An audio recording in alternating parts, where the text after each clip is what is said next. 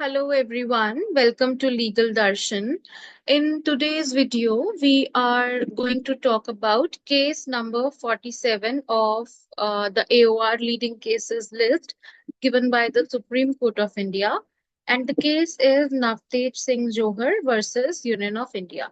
So the full case title is Navtej Singh Johar and others versus Union of India through Secretary, Ministry of Law and Justice. We widely know it as Navtej Singh Johar versus Union of India, or simply Navtej Singh Johar's judgment. Now, I believe that each one of us belonging to legal fraternity, I'm hopeful that we all know what Navtej stands for.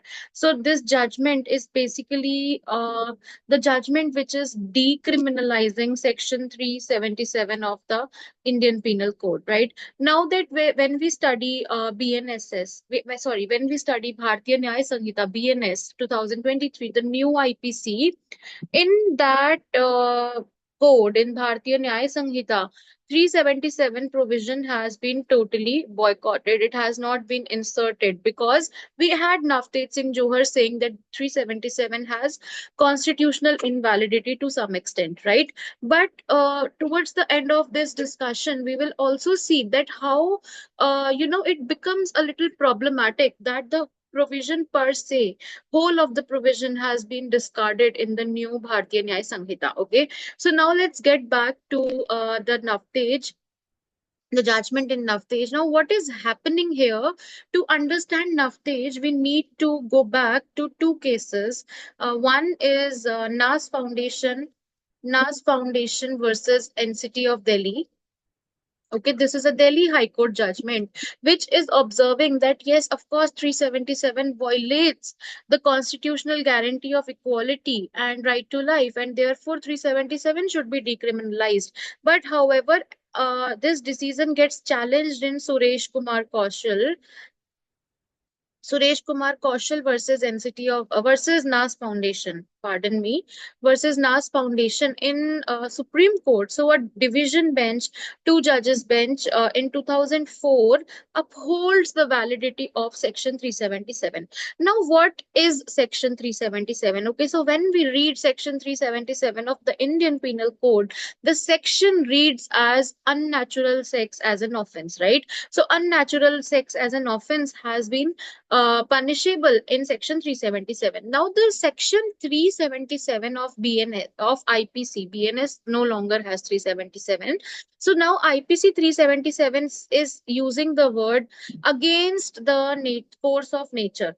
Okay, so any kind of sexual intercourse which is against the course of nature, which is against the course of nature, is punishable. Okay, now if there is an act of bestiality, or if there is an act of any kind of sexual intercourse which goes against the course of nature, that becomes punishable under 377. Now when we look at pre-Navtej time, when we are looking at pre-Navtej era, section 377 is also penalizing homosexuality, consensual homosexuality. Okay, so if two people belonging to LGBTQIA community, LGBTQ plus community, wants to have want to stay together, or they want to have consensual sexual intercourse, now this section is also penalizing them for having so, because we are construing against the course of nature as something also which is against heterosexual consensual relationships. Now when we talk of against the course of nature, the sexual intercourse which is against the course of nature,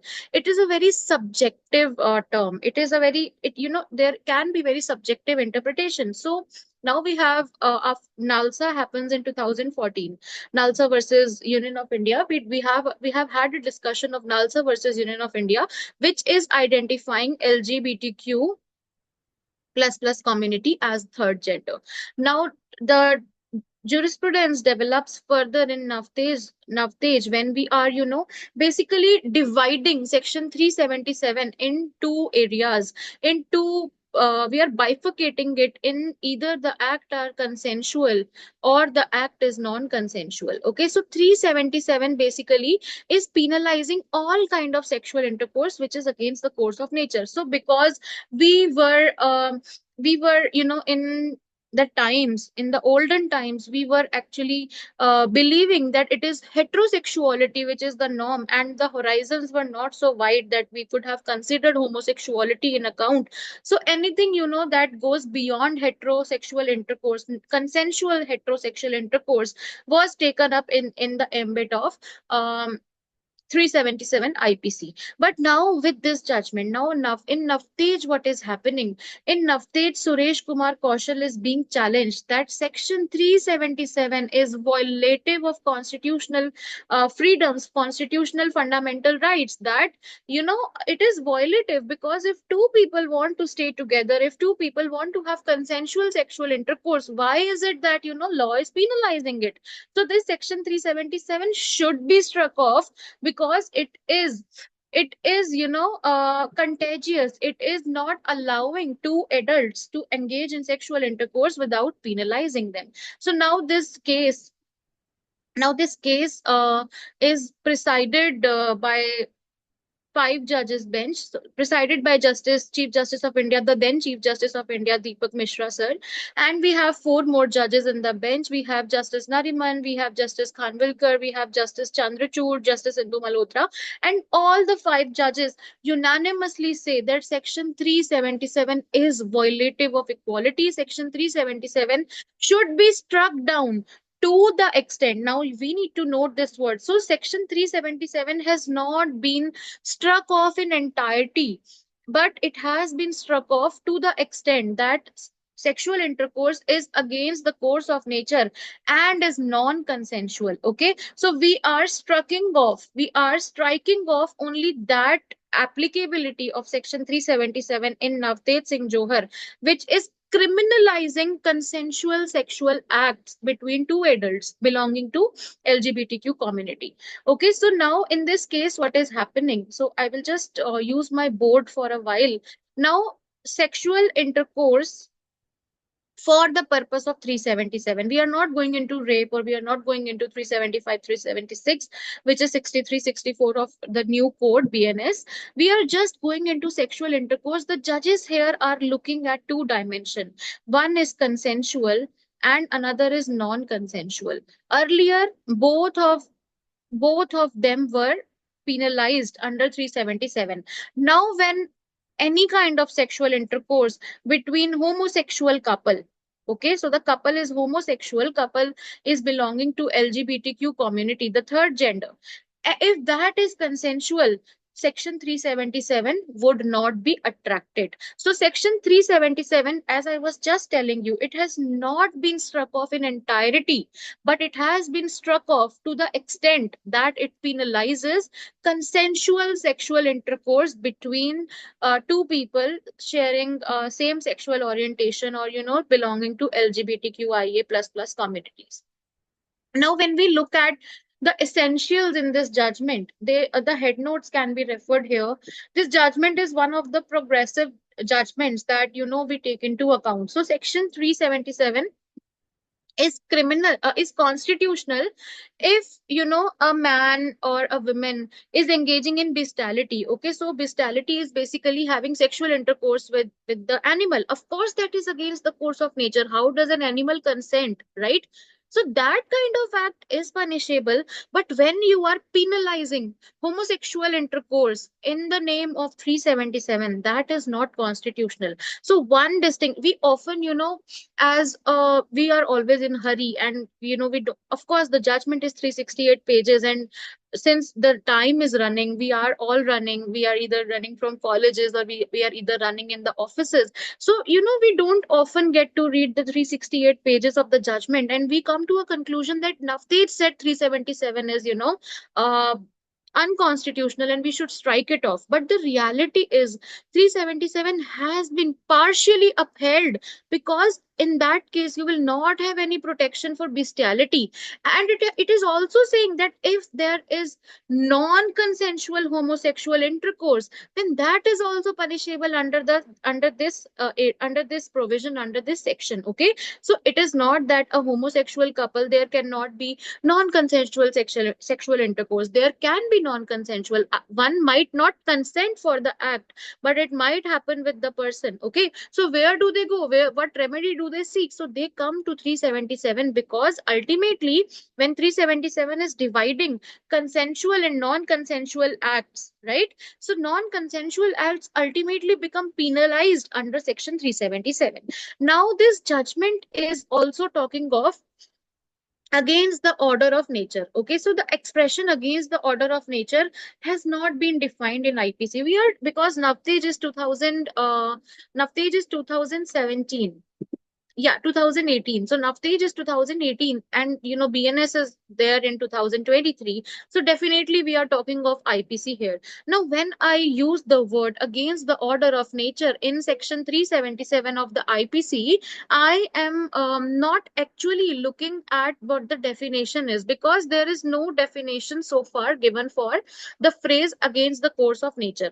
Okay, now it is being described, being judicially interpreted in this judgment. And Justice Deepak Mishra and Justice Khanvilkar is saying that if the coitus, if the sexual intercourse has not been performed for procreation, it does not make it per se against the order of nature. So the only earlier we used to believe that the only object of having a sexual intercourse is having done procreation of children. Okay, so sexual intercourse is being done for procreation of children. So anything which is done not for procreation of children cannot be said to be going against the nature. So this is what is being observed by Justice Deepak Mishra and Justice Khanvilkar here, right?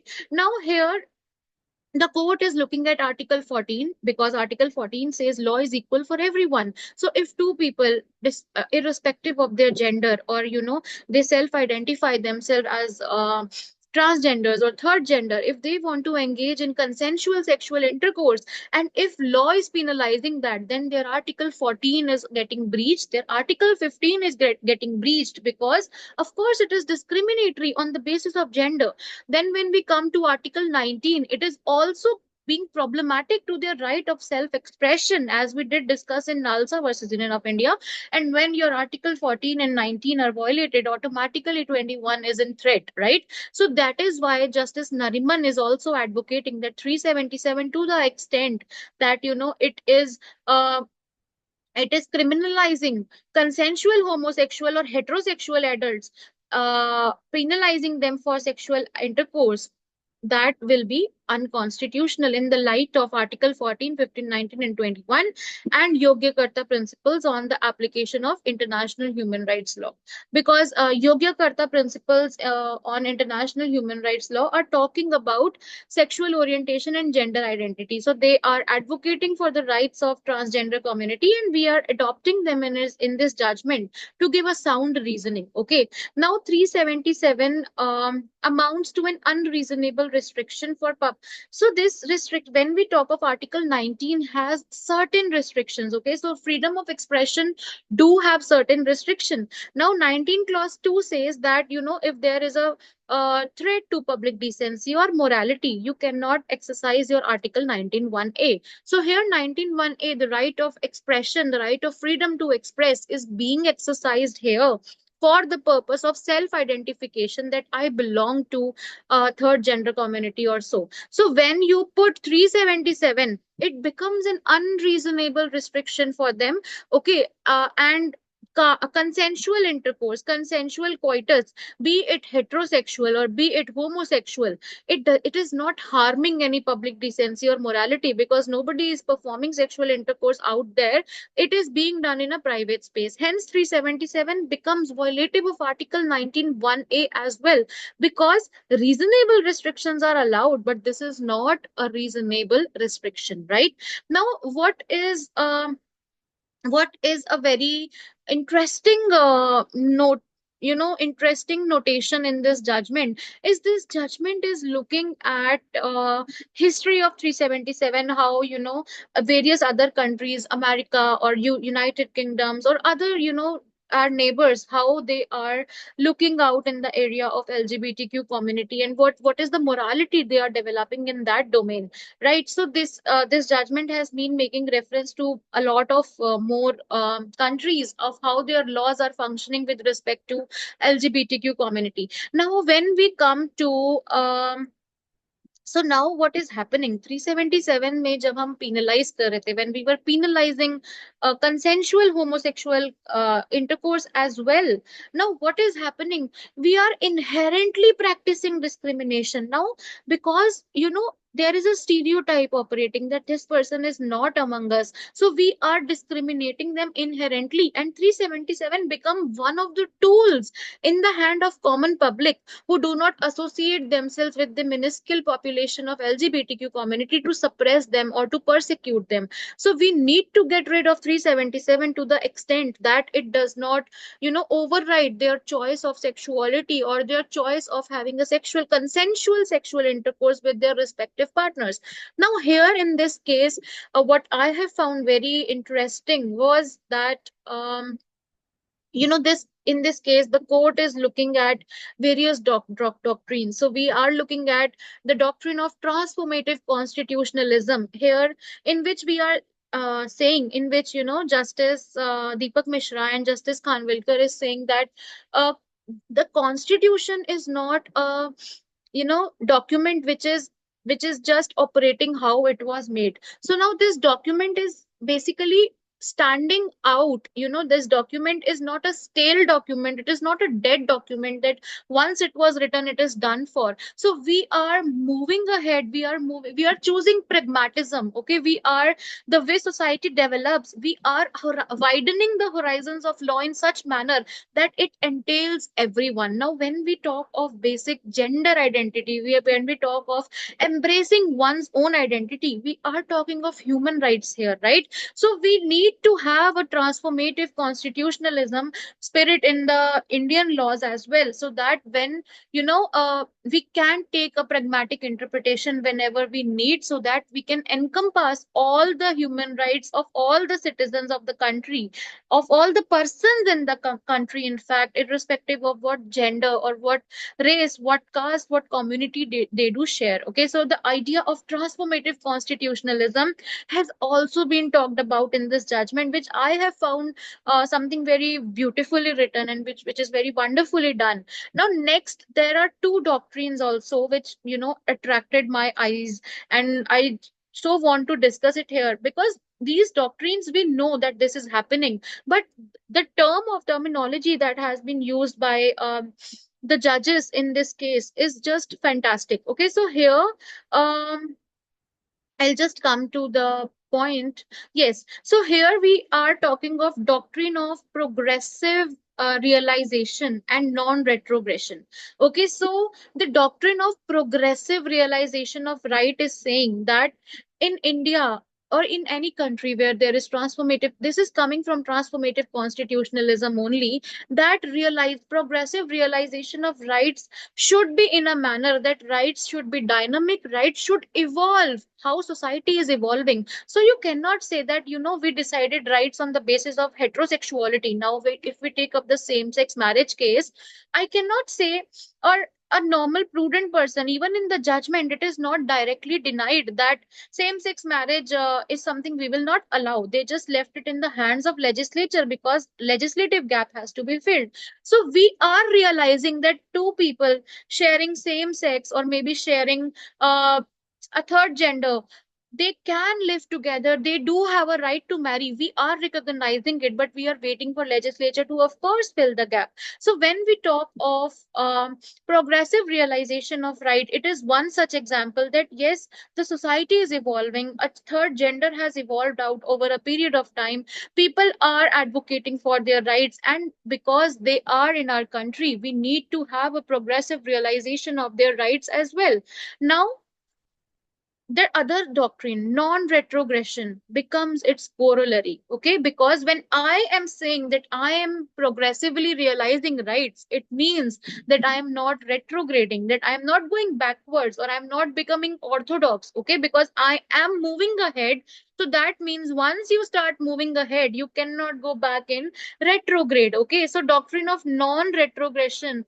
See here, so your doctrine of non-retrogression is basically saying that state should not take steps that lead to retrogression or on the enjoyment of rights under the Constitution of India. So once you adopt the approach of progressive realization of right, it means you are leaving retrogression. Or if you are choosing retrogression, you are not choosing progressive realization of rights. So this is something which has also been deliberated in this judgment, and it has been said that Suresh Kumar Kaushal, which is the two-bench judgment in 2014, has taken a very retrograding view on this issue, and therefore that view was rejected. Suresh Kumar Kaushal got overruled, and here we are. Now we are here with 377 being decriminalized to the extent that consensual homosexual intercourse can be done. It will not attract any penalty. Now what happened now when we are having BNS? This is an additional discussion I am going ahead with. Now, when in BNS we are drafting the new law and we are, enacting the new law, we have totally removed 377 from the BNS. Now, which is problematic itself, because in this judgment only we are saying that non-consensual homosexual act, or any non-consensual bestiality, act of bestiality, or any non-consensual sex which is going against the course of nature, can be punished. But when we are removing that provision from BNS now, what we are doing is we are also stripping off LGBTQ community from their rights to file a complaint if they are being harassed, sexually harassed. So an act between two homosexual people, okay, it might not be consensual. Then if it is non-consensual, then what is the remedy with aggrieved person? The person is left with no remedy as of now in criminal law. Earlier it was 377. Due to judicial interpretation, we could incorporate necrophilia, or we could incorporate bestiality in it. But now what do we do about it? We can't do anything about it, and it is a gap that needs to be, filled in by the legislature. So that is the effect of Navtej. Navtej decriminalized 377, of course, to the extent that it does not penalize consensual homosexual intercourse, which has been alleged to be, against the course of nature, as in Suresh Kumar Kaushal's judgment. All right, so now I'll stop here for the discussion today. I hope you had a good discussion. I hope you got to know few more things about it, just how I got to know some doctrines of progressive realization of right, doctrine of retrogression, etc. Okay, so we will meet soon with another videos on the AOR leading cases list. I hope this whole series is useful for you. Should you have any doubts, anything you want to ask, any queries, any feedbacks, any suggestions, anything you want me to cover on the Indian law or any law per se, you can write to me at legaldarshan@gmail.com. The ID is in the description box, and you can also comment down in the comment box below. Thank you, everyone. Have a very nice day.